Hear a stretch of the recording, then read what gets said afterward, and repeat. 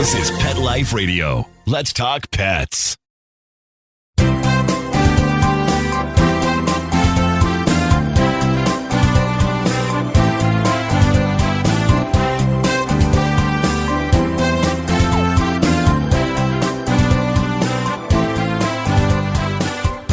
And good morning, good afternoon, wherever you happen to be on this, here in at least in LA, gorgeous Sunday morning. The skies are blue and the sun is out, and it's been fun. It's been in the, 90s. And, we have drier heat, so it's not so terrible. When I was back in New York, it was in the 80s, but it was also 80% humidity. And boy, you felt it. Anyway, you're here live with Dr. Jeff Werber, here for the next 30 minutes on Ask the Vets with Dr. Jeff on Pet Life Radio. You can also join me here, as many of you do, on Instagram Live. Here for you, here for your pets, answer any questions you may have. And I'm hoping you have a lot of questions.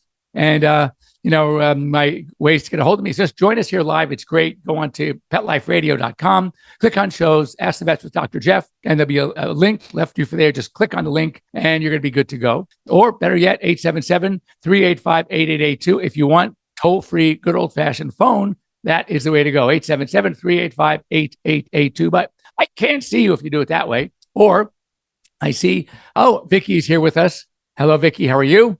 So she's waving. And so I think we're going to have some questions. If you have any behavior kind of questions, then in fact, we have one that came in from a listener here on Pet Life Radio. May as well start the show with that. Hold on. I'm also New York Yankee. Took my 15-year-old Jack Russell for a checkup, blood test, saw something, and a veterinarian wants a urine sample. What should we see? What urine sample to test for? So good question. So if the bloods at 15 and a half, first of all, that's a heck of a good age. But if the blood shows something to do with kidney values, then there are a number of things we could see from the urine as well. As kidneys fail, then the kidneys stop doing what they do best, and that is reading how much water that the body takes in is needed to support the body, and the excess it can urinate out. So, for example, if you just ran a marathon, your urine is going to be extremely concentrated. So you don't have a lot of free water to urinate out, so it all stays that the body needs it. Conversely, if you are out and having a couple of beers, right, and after the third or fourth beer, you find yourself having to go to the restroom every 15 minutes, that's because it's all coming through. All that water is excess. You don't need any more, so urinate it out. That is the job of a healthy kidney. So if we have kidney values, the BUN, the creatinine, the phosphorus are elevated, that might be a sign. We want to see, what is the solute, the dilution of the urine? Is it like tap water, which we call isostonuric? That means the kidneys aren't reading the body. Everything that goes in is going right back out again. The kidneys aren't doing their job. They can also look for bacteria. They can also look for sediment in the urine. They can look for fat in the urine. There are a lot of other things we see in a good urinalysis. Typically, when I have a 15-and-a-half-year-old dog, by the way, 15 and a half is really good, even for a Jack Russell, then I automatically include the urinalysis. I do a panel that includes blood and urine. And I think that's very important because there are a lot of things you can tell from both. So instead of having to go back with the urine sample, I always do the same. Every time I do a senior, quote unquote, exam on a dog or a cat, I always include urine automatically. But yeah, get it and then let me know what it says. Also, New York Yankee, I would like to know what the blood showed. If you want to, send me a copy or just let me know those thing. It says her kidneys, right? So I want to know what those values were and also how she's acting. That's very important too. So I'm waving and waving and waving. So I have a simple answer. There's a question that came in. Hey, Bethany, we have a request. We'll let you in a little bit. So this is from a listener or a viewer, possibly on Pet Life Radio. And the question is, I've listened to several episodes of a few different podcasts of yours. Some of the episodes talk about how cats and dogs have much more sensitive hearing than humans. Now we should be mindful of disturbing them with loud noise. Yet all your podcasts listen to have loud, jarring music, which gets, it's interesting. Well, I'll tell you that, why the noise directly violates the advice of your podcast, et cetera, et cetera. First of all, most computers have a little button you can push. And that button is to change the volume. So mine is turned off completely. I don't even hear the music. In fact, I always tell Mark, I want to hear the music because I know when it's over, when I can start again. And that's why he gives me a thumbs up. So if my voice is loud and jarring, then that's a different story. And I have a funny stories about that as well. But on the breaks, we know the breaks are coming because I usually say, all right, and we're going to be right back after these short messages.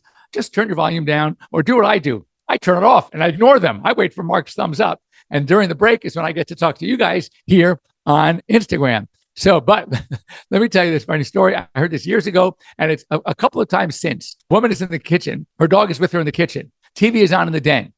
And all of a sudden, the dog gets up and runs into the den with purpose. I mean, it was so purposeful that she says, that's weird. So she follows her dog into the den. What did he run in the den for? Why? Because I was doing one of my segments on TV. He heard my voice and ran into the den. And I hear it all the time at the office when someone's in the waiting room and they hear me talking in a different room, the dogs perk up and they want to run towards the room. The good news is, unlike a pediatrician, my patients usually love me. Whereas when you take your kid to the pediatrician, all they want to do is cry. I remember back in the day when I first started practicing, it was much more formal. I'm very informal now, but I figured I'm spending half the time on the floor anyway. What do I need a white coat on for? So I used to wear a white coat, stethoscope, and I would walk into a room, and if mom was there with her pet and her baby or young child or toddler, I would walk in and the kid would cry. So, boy, you poor pediatricians, they don't love you at all. So, no, it's good. I think I'm in much better shape. So, anyway. I have the same experience, Jeff, which is really funny. I have the same experience when I'm on the phone with clients and I say, just tell them to sit. The dog automatically sits when I'm talking on the phone. It's hilarious. That is so funny. The voices, they recognize voices and hear. So it's hilarious. So when you start commanding a dog and I'm working with an animal, every time I'm talking to a client on the phone, their dog comes running over if they have it on speakerphone. And they're like, the dog is waiting for a command from you, Vicky. And I laugh about it because I get a relationship with their dog right away. Of course, it's a little bit of a cheat. The minute I walk in, I give the dog a treat. So I'm automatically their best friend. So I use high drive treats when I get to anybody's home that I do private training to. I do this, in class, it's different. I stay away from giving their dogs treats so the dogs will pay attention to them and not me. But I have that same experience and I'm very much like you. All I want to do is love on them. But, in that said, I stay away from a dog's head unless I'm the owner, because being the owner is the relationship with the face. It's kind of like a stranger. If they walked up to you and rubbed you on the cheek, you'd be like, that's a little invasive. So if you go up and you rub them under the chin or on the shoulder blades or something, they receive you differently. They also get a lot of your smell on them. So they learn to trust you. So I don't let strangers go up and pet my dog's head. Although, Jeff, you're an exception because they just love you no matter what. One thing I tell, when you're teaching moms, I lecture at Children's Hospital LA. We talk about dog bites, and I'm teaching residents. These are pediatric residents who are going to be ultimately seeing patients, kids with the moms and dads. And I'm talking about how to teach your children to approach dog. And I always say, don't ever walk up to, kid. And, sometimes the most difficult thing is when you're dealing with kids that grow up with dogs because they're fearless, because they can do anything. They see a dog, they now their own dogs, they come, they give them a big hug and they're smooching with them. And they see another dog in the street and they go, oh, another dog. And they want to do the same thing. So it's really important to teach them not every dog is like our dogs. And you don't want to put your hand above them. You always want to go low, probably easier palm down because kids have a tendency to grab. It's funny that you mention the hand, Jeff, because, a lot of people do this to a dog. That's a really offensive thing and it gives them no scent. So if you turn your hand the other way with your palm open, you clench your fingers, they can smell the most smelly part of your body, which is the middle of your palm starts to sweat. So going up to a dog like this and teaching kids to go up a dog like that, not the best thing anymore. We've learned better. Right. Interesting. I'm saying I want some questions here while we have Vicky, any behavior questions. Then I want to talk about something that someone sent me a question during the week. So Bethany, yes, for sure. I also want to wait until we hear from the radiologist. But just the limit. When he starts to have that more of aggressive panting, that's when you want to start easing up. So he shouldn't have those long 20-minute walks. I met one of your neighbors this week who sees Steve out there all the time and you're walking the dogs. And so I would go slower walking, let Chumley call the shots. If he wants to stop, we have to read our dogs better in a case like this. And as they get older, when you get like that 15-and-a-half-year-old Jack Russell Terrier, it's very important to have a better understanding of their psyche and they're not getting lazy. For example, I had my lab in the pool this week and he is a dog. He's pool nut and I know it and he doesn't know it. So what happens is he's in the pool and I can see it. I can see his behavior. He's 12 years old now. So I see him and he's swimming. He gets that tennis ball. He brings it back. But every time he come back to the steps, of course, the first thing you want to teach a dog who likes to swim where the steps are. He goes right for the steps. He comes out. And every time it would took him longer and longer to make the step up from that last step to the deck. So usually he never wants to call it quits. He thinks he can go all day still because he loves to swim. But no, I had to call it quits and take him out. But you brought up such a good point, Jeff, about swimming. You're there swimming with your dog. And when you said they have to learn about the steps, that's a crucial training and vet, I'm sure, thing is that when a dog is not with a person in attendance, sometimes they get too tired to get out, even though they know where the steps are. So that's something that's really important. What you're talking about is training humans and dogs. When is it time to get out? And when is the dog too tired? They shouldn't be doing it on their own. Right. Well, and which brings up a great point. We have the classic pool baby gates around the pool. We didn't do it for my grandkids. We did it for my dogs. You did it for the dogs, of course. Because I'm sure all of us have had stories of a drowned dog, and whether it was your own or you knew somebody. So very much. And then Bethany talking about her dog Chumley, heat affects breathing too, right? Absolutely. So when we have to be much more, that's why we don't, even for healthy dogs, and we're going to talk about this later on the show if we get to it, now that it's been so hot across the country and we're feeling it right now. Okay. So we need to be very, very, very careful that we are concerned about the overheating these dogs. Never exercise them in the middle of a day. We also want to be cognizant of having water with us at all times. I take before and maybe after 8 or 9 o'clock a.m., you can't exercise them. Even for like a short little run, tennis ball at the park, frisbee at the park, you got to wait till evening.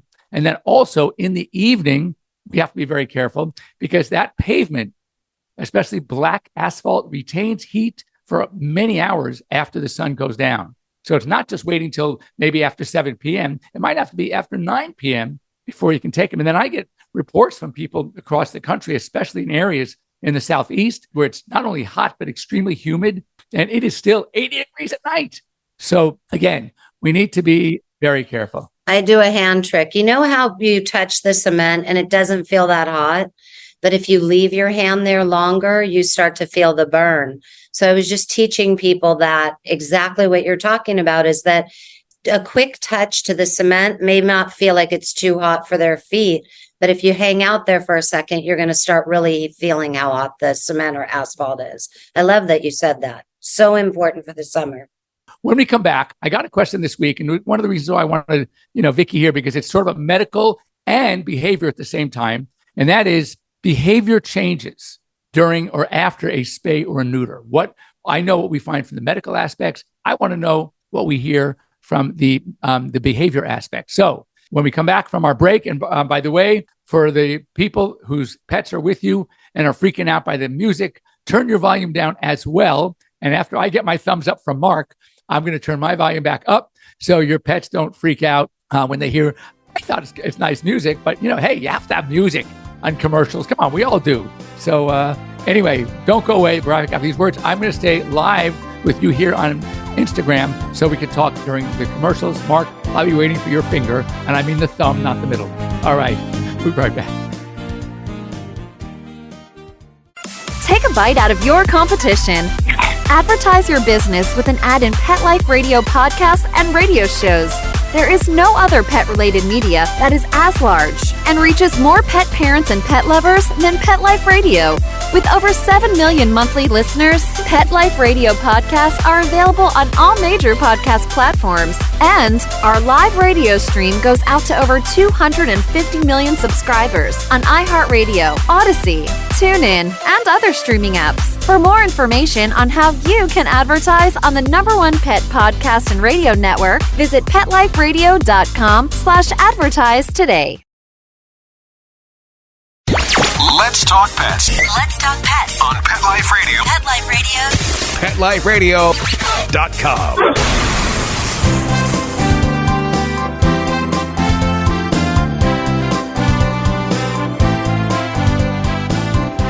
we're back. We're back live, which is perfect. So anyway, we were talking about diarrheas. And so another question, is rice good for diarrhea? That is one of the, interestingly, so Vicky's dogs say no. No, it all depends on the diarrhea. Small intestinal diarrhea, like if your dog, for example, had parvo, and now it's coming out of parvo, then yes, rice. With the classic was cottage cheese and rice or chicken and rice. When I was in vet school, that was it for all diarrhea. But now we've learned so much more. For large bowel diarrhea, rice is too binding, white rice. Now, if you had a long grain brown rice that has a lot of fiber, that might be okay. But white rice is a no-no for large intestinal diarrhea.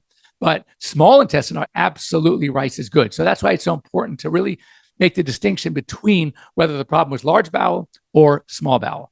And I was right. So as far as food sensitivity, you have to know what proteins or carbohydrates the dog is sensitive to. And then, of course, make sure the treats avoid that as well. The biggest culprits, and I mentioned this before. In fact, I just read a case I sent to my good friend David Feldman, who is the board certified internal medicine specialist extraordinaire. And he was, again, confirming what I say. The biggest culprits in foods that we see in dogs are chicken, beef, corn, and wheat. If you can avoid those four to start as you're doing your search for what could be the culprits, start with those. If it's still a problem, then you start eliminating things. Then you look for what's called a novel protein diet. These are proteins that the dog has probably never had before. Cod, salmon, tilapia, bison, rabbit, venison, kangaroo. I mean, for weird proteins. And that might, solve your problem. So where do tapeworms come from? We're going to get to this. And I want to talk with Vicky about the issue with spaying and neutering and behavior. Tapeworms come from fleas. They are not, a tapeworm itself cannot pass from one dog to another. It's not like the dreaded Echinococcus tapeworm in Africa, which causes starvation and eats up all your body's nutrition. They are more aesthetic than anything else. They are a nuisance. They come up on the stool. You might see them places. They freak you out. The problem is flea. It's the flea, not the worm itself. So when you see tapeworms, basically that's a big sign on the dog says, I have fleas. And your job now is to control the fleas. And that'll control the tapeworms. Now, of course, we have to treat the tapeworms once they're there. Very easy to treat. Praziquantel is the treatment of choice. Comes in many different forms. It's also added now to other products as well. But the key is you got to control the fleas. So what are the best ingredients? There's really, when it comes to food, in my opinion, there's no best. I look for foods that, first of all, the dog likes. That's the most importantly. I don't care how good the food is, how well it's made. If they don't eat it, it's not so great. So I look for food that they like. Does it give them good stool, energy, shiny coat, etc.? And it's not all about the dog. It's about you too. How convenient is it for you to get it? Do you have to drive 30 miles to a pet store out in Yenomsville, right? Because they're the one that carries this fancy food. Oh, it's not the right food then. How about budget? I've seen bags of food now, especially foods, $70, $80 a bag. I mean, come on, that's a lot of money. So you want to kind of join the two. What works for you? What's right for your dog? Of course, the dog comes first. Then if you have to make a choice of two or three, but one is more convenient and it's close by at the market and you can afford it, that's the best food. There is no such thing as the best because every dog is different. Every budget is different. Every convenience factor is different. So you really, you got to kind of weigh it all. And that's kind of always my recommendation. Oatmeal for diarrhea. Yes, oatmeal is a good grain for diarrhea. Cooked oatmeal. And I recommend that, and canned pumpkin, sweet potato, yam. Those all seem to help. All right. So Vicky, thank you for joining me again. Of course. It's great to have you. We get a lot of behavior questions, as you know. So let's talk for a second. I know, because again, working in rescue as you do, most of the dogs that you are dealing with have been spayed or neutered or are going to be spayed or neutered. And now from a behavior standpoint, let's talk about what are the negatives, if any, behaviorally. And I'll talk about some of the medical aspects, but let's hear from spaying and neutering. What do you hear? What should a person who's about to have their pet spayed or neutered at least be aware of? So being totally frank, most of the people who worry about neutering are males, the owners. Yeah, right. It's a big issue. I personally have never experienced an any dog. I've rescued over 6,000 dogs and I've trained thousands. And I've never seen a change in personality after they've been spayed or neutered. Let me just add one thing. Personality, I would agree. Okay. There are two things from a medical aspect. First of all, I often have to tell my male clients, I am not running a 4 for 2 special. You get to keep your 2. I just want the dog's 2. And I feel strongly about that. Let me give you just a quick thing to think about. And I use this often. Let's make a couple of assumptions here. All right. And again, we're off a little bit maybe, but 50% of the dogs on the planet, let's just stick to US. 50% of the dogs in the United States are male and half are female. It's a good, safe assumption. Right. Secondly, let's say, sadly, that 50% are spayed, neutered, and 50% are not spayed, neutered. So then if I were to ask, what is the likelihood of then, statistically, of having a neutered male versus a non-neutered male, a spayed female versus a non-spayed female? 25-25. Half of a half is 25%. So now if I asked you, what is the likelihood that a dog found dead on a U.S. road or highway would be any one of those 25%? Okay, let's say a non-neutered male. Well, since half the dogs are male and half are female, half are neutered, half are a non-neutered would be 25%. Well, guess what? It's 75%. That means the numbers are way overboard when it comes to the non-neutered male. Instead of only a quarter of them being found dead, 75% of dogs found dead on U.S. roads and highways are non-neutered males. What does that tell you? It tells you they want to roam. They pick up that scent of the female, their male kicks in, that testosterone kicks in, and they want to roam. And they're going to get hit by cars. And it's a big, big problem. Second thing, and from more of a medical thing, and I'm going to let Vicky take over, is weight gain. There are studies that have shown about a 20% chance of weight gain, or 20%. So meaning that if you are going to spay neuter, be prepared to do one of two things: cut back on food a little bit or increase exercise a little bit. There's a strong likelihood they will gain some weight because, again, sexual energy is energy, and even females have it. So that's why I recommend. One thing you notice also in not all neutered males, but like females, when they go out to pee, they let it all. It's one squat, they're done. Okay. Right. Whereas males, oh my God, they have to mark every tree. That behavior does change a little bit after neutered, to where, like, my big yellow lab, almost 12, right? He, first of all, he's a little older. It's hard for him to lift that leg. So he squats now like a female and he lets it out all at once. My younger males, even though they're all fixed, they lift their leg on a tree. Nothing comes out anymore, but they still lift their leg. So it's funny. But let's go ahead. How about aggression and personality? How about watchdogging? Is there a difference? So my feeling about spaying and neuter, and the reason why I mention men, is because a lot of men have a hard time neutering their dogs for their own personal discomfort. That's what I meant. I was joking, but yeah. So I believe that I haven't seen any change in training. I train dogs that are fixed. I train dogs that are not fixed. So I don't see the difference in behavior. They're better listening if they are not neutered or not. I don't think there's any difference. Medically, I would leave that to you. But for me as a trainer, the only problem I see is that when there are males that are not fixed and there are ones that are, if you're in a group together, the male has more testosterone and they will be a little more aggressive about being the leader of the pack. So I do see that.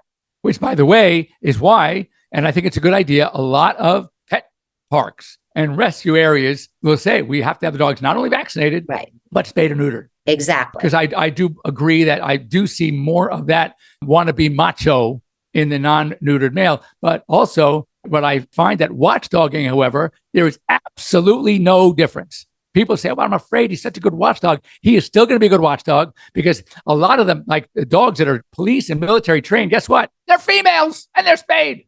So exactly. Don't use that to argue with me, because I know my dogs all neutered and they are all good watchdogs. They respond to every sound that's not normal. And so I'm not worried. So don't ever put that on your list as, oh my God, I live in a nice house in a nice area. I need my dog to be a watchdog. He'll still be a good watchdog. And also just for health reasons, Dr. Werber, I mean, we talk about this a lot, we've talked about it, is like I have a dog right now that has a mammary tumor. She's 10 years old. Had she been spayed younger, would that have made a difference? likelihood a strong difference. In Yes. fact, the question coming in right now, Equus Lives Matter, yes, they do, by the way. How old is too old to spay or neuter? I don't think there is an age. Now, if you have a 14-year-old dog that is starting to have other signs and never had any related, like female problem, mammary tumors, et cetera, and you don't want to knock them out, having anesthesia, maybe it's a different story. What we worry about in non-spayed, you have certainly greater risk of mammary. In the male, you have greater risk of BPH, benign prostatic hyperplasia. In the female, pyometra. Pyometra is a uterine infection, all right, that if not handled, could be deadly. And what is the treatment for pyometra? Spay. Now, instead of spaying a healthy dog at 7, you're spaying a very sick dog at 9. Where's the logic to that? In fact, most legitimate breeders, all right, that after their dogs have reached their breeding age, which is usually 7 years of age, they won't breed them anymore, maybe even 6. What do? Spay them or neuter them. Because why risk all the potential problems of not doing it as they get older? There is only one breed. And again, the jury is still out, where they seem to be more or as many or more problems in the spayed or neutered when it comes to cancer than the non-spayed or neutered, and that's Golden Retriever. And that's the only breed where many enthusiasts and breeders are saying, you know what, I know that there's pyo, I know there are some other mammary tissues, but there are other tumors that seem statistically to be greater in the spayed or neutered population. Therefore, I'm not going to spay or neuter. So how old is too old? When there really is no age, unless there are other things that have nothing to do with being a male or a female, but their body in general. If I take a tumor off this dog, I'm going to spay her at the same time. So I was going to say, because I'm a trainer and I own a rescue, Eloise Rescue. I see a lot of sick animals due to lack of spay and neuter. Like you said, I see a lot of mammary tumors. I do take a lot of medical dogs. People are asking on Instagram whether a dog who's spayed or neutered, if it changes their aggression. My answer is no. If you have an aggressive dog, your dog is aggressive because it needs training, not because it's not spayed or neutered. I don't believe that to be a change in the dog. Except as we mentioned, intermale aggression when they're with other dogs. But yes. Different. Right. And by the way, a question just came in. I don't know, Vicki, can you see the questions they come in too? I can. Okay. So how about Labrador Retrievers? Interestingly, the study, this was done at UC Davis and other schools too. They ran all the same statistics on Labradors. It was only the Golden. And so anyway, right now, I neuter my dogs. I should say this. The only difference between what I do now and recommend now versus what I did 30 or 40 years ago is the age at which to do it. And now the general consensus is let them reach full sexual maturity. On large breeds, I won't do it ideally till 18 months, though a year, twist my arm. Females, let them have one heat. Their first heat, do not let them have their second heat, because that's when the mammary cancer risk starts to increase. So we used to do it before the first heat. That's ideal. Yeah. So I let them have one. Usually it's around 7 or 8 months of age, some dogs a year, and then spay them maybe 2 months or so after their heat. Remember, their next heat's not for 7 months. So I just like all the swelling to go down and let them kind of behaviorally, be more comfortable after their estrus, and I will spay them whatever that is. But let them have a heat. When is typically going to first heat? They go into the first, again, textbook, 7 months. Now, what I've learned, we used to have dogs that haven't had their first heat. They're coming up on a year. We're waiting for their first heat. And one of my colleagues, actually friends, we knew each other back in Berkeley, both as undergrads. I walked around campus with Thor, my gorgeous black lab. She had 2 yellows. We would talk, we would schmooze. I had no idea that she was heading to vet school. And so here I am, and I'm a junior. I'm going to my 3rd year of vet school. And who I see on campus? All right, Autumn Davidson. And Autumn, with her Labrador, she's been a Labrador like I've been a Labrador person forever. And she was in vet. I said, oh my God, I had no idea you were pre-vet. I was pre-vet. So anyway, she became a reproductive specialist, and she's my go-to when it comes to questions on reproduction. And I called her and I said, what is this thing with silent heat? And she politely told me that we no longer think it's silent heat. We think it is the first heat. So it's not 7 months. It could be 8, 9, 10, 11, 12. I had one 13 months. So it really varies. But if the dog read the same book that I read 35, 40 years ago, it would be 7 months. Unfortunately, as I joke, they don't read the book. I have to add just one quick thing, Dr. Orber, because that is ideal. That is the dream, to be able to hang on until they're a year. But as a rescue, just so I'm throwing it out there, as a rescue, we wish we could always do that. But at the shelters, they give us a certain amount of time to have the dogs fixed, spayed or neutered. And the other thing is that a lot of us as rescues can't give a dog to a person unless they are spayed or neutered, because sometimes people aren't coming back to spay or neuter the dog. So I just want to throw that in. What effect do you think that has on the dog that gets spayed at 6 months? Well, the only thing, first of all, let me say that I agree. And I battled rescues and the city. I've been able to write a voucher for health reasons and push it to like 9 months. But and thank you. And the old-fashioned way was you got a voucher for free spay neuter, and they had the voucher. They pay in advance like $70, which is what a bargain, right? And they don't come back. So I totally get it. One of the issues that we see, and at first it's empirical data. It's never been, no one's ever actually done a statistical study and analysis, but we find that in females, early spay and neuter might lead to urinary incontinence later on. It appears that estrogen has an effect. When it comes to males, especially large breed males and females, this statistic got me nuts, and which is why I am a big advocate and I truly push. There was a study done on Rottweilers, and it was done basically studying every analysis of age. What effect does aging have on Rottweilers? And what they found in dogs that were pre-pubertally spayed or neutered, in the male, pre-pubertally neutered, a 65% greater incidence in long bone cancer as adult and senior dogs. And in the female, it was a 35%. Oh, that's huge. So that basically that exposure to growing bone of the testosterone or the estrogen, Julie, has a protective benefit later on in life, years later, from that bone developing cancer. So that's when I said, okay, none of this 6-month garbage anymore. Now we're going to wait. We're going to wait till they're fully mature.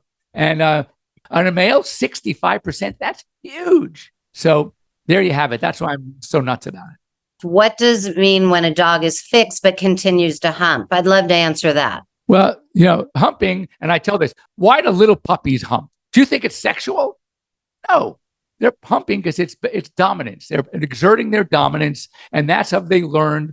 And they say, okay, no, I'm the boss. No, I'm the boss. No, I'm the boss. Okay, it's like, guys get into a fist fight, right? What they want to do. So, okay, I'm going to hump you, and that means I'm the boss. So it's usually more of a behavior thing. It's not a sexual thing. So as a trainer, I don't allow my dogs to do that because they are dominating in the pack. And when you start to allow a dog to dominate in the pack that way, you're going to end up with a fight between your own dogs. And even if they've lived so it's really important not to get angry at them, but to say off, leave it, to take the behavior away. If they won't, put them on a leash for a while and have them stop doing that and correct them, because that is a fight waiting to happen. Okay, so for all of you, we can go on and on and on, but we can't, because I'm getting dirty looks from Mark now. It's time to say goodbye. Thank you for going 12 minutes over, Mark. I think with it's a very popular piece. So for all those save your behavior questions, maybe we can have Vicky join us, maybe once a month, just to come back as a regular, because a lot of great information. And yes. Plus they will jump, and that's true. The comment here. Plus if they get used to it and see that it works, they're going to try to jump you. So we will be here same time, same channel next week here on Instagram Live, here on Pet Life Radio. As the behavior questions come in, we'll kind of save them, and then maybe it'll be sooner than every 4 weeks or 5 weeks. So anyway, thanks for joining us. Would love, if you need to get a hold of me, you can always get a hold of me here on Instagram Live or on Pet Life Radio, Dr. Jeff at PetLifeRadio.com, on Instagram Live, Werbs_DVM. Love to hear your comments. And, I love doing this. If I can help you develop a better relationship, better behaved dogs, that's what Vicky wants, then I think it strengthens the bond between pets and their people, and between people and our pets. So I think it's great. And I am a trainer in Los Angeles, and my name is Vicky Wagner, and I can be reached at eloiserescue@gmail.com, questions or to work with a trainer. Perfect. All right. Thanks again. We'll see you here next week. Have a wonderful week, everybody. And keep your dogs cool, because it's hot out there. Bye-bye. Let's Talk Pets, every week on demand, only on PetLifeRadio.com.